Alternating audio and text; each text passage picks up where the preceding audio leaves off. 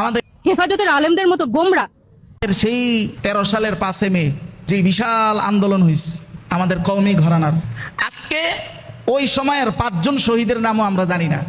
হেফাজতের আলেমদের মতো গোমরা দুনিয়ায় আর একটা আলেমের মধ্যে নাই। আসলে ওদেরকে কেউ দেখতেছে কিনা এই খবরটা পর্যন্ত আজকে পর্যন্ত নেয় নাই। আমাদের কেমন যেন একটা ওয়ান টাইম ইউজ হয়েছে। এরপরে তো সেই শহীদদের রক্তকে আমরা বেকার তৈরির কাগজের বিনিময়ে বিক্রি করে দিছি ময়দানে অনুষ্ঠান করে। এটার কারণ কি?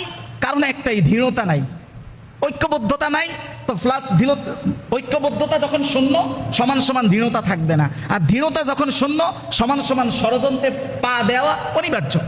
বাংলাদেশ জামায়াত ইসলামের রূপটা সম্পূর্ণ বিপরীত, সম্পূর্ণ বিপরীত। এখানে তো নেতা তিনি একবারে ফাঁসির রশি তার গলায় নিয়েছেন, কর্মী তো পরে, নেতাই আগে ফাঁসির রশি গলায় নিয়েছেন। এবং এটা কি জন্য সম্ভব হয়েছে? ওই যে তাকওয়া এবং দৃঢ়তা যখন মিশ্রণ হয়েছে সমান সমান সীসা ঢালা প্রাচীর।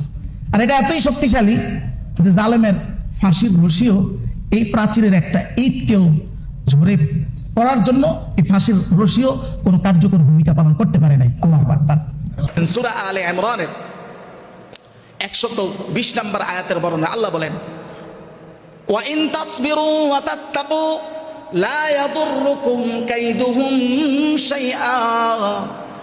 আল্লাহ বলেন, যদি তোমরা দৃঢ় থাকো আর যদি আল্লাহর ভয় ভীতি তাকওয়া যদি তোমার অন্তরে থাকে, সারা পৃথিবী তোমার বিরুদ্ধে ষড়যন্ত্র করুক, ওই ষড়যন্ত্র তোমার কোনো কাজে আসবে না। রক্ষাকারী একজন, তিনি কে?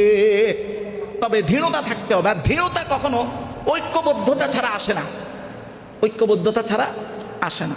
তার মানে যে দৃঢ় না, যার মধ্যে দৃঢ়তা নাই, ষড়যন্ত্রে পা দেওয়া তার জন্য অনিবার্য।